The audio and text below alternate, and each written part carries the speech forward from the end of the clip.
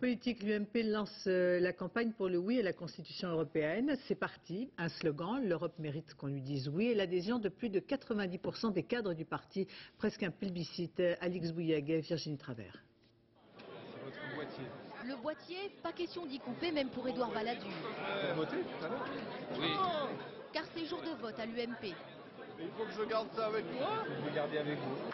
Ce qu'Édouard Balladur va apprendre à manipuler, c'est ce boîtier, Sésame, pour pouvoir voter.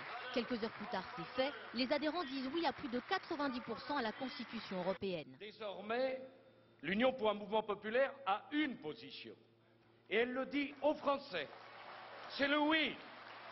Sur pression de l'Élysée, Nicolas Sarkozy a renoncé à un vote spécifique sur la Turquie.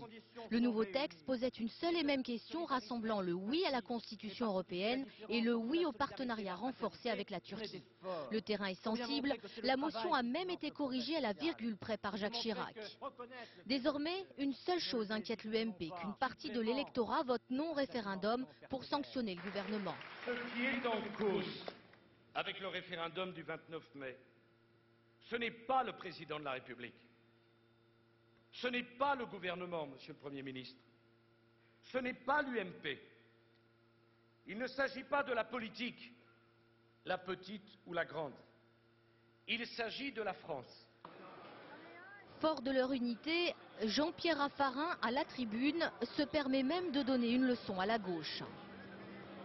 Aujourd'hui, notre camp est rassemblé. La division, elle est en face. Avec plus de 90% pour le oui pour la Constitution européenne, Nicolas Sarkozy sort renforcé par ce vote. Ce soir, une question se pose. Qui de Jacques Chirac, de Jean-Pierre Raffarin et de Nicolas Sarkozy sera le vrai patron de la campagne à droite ?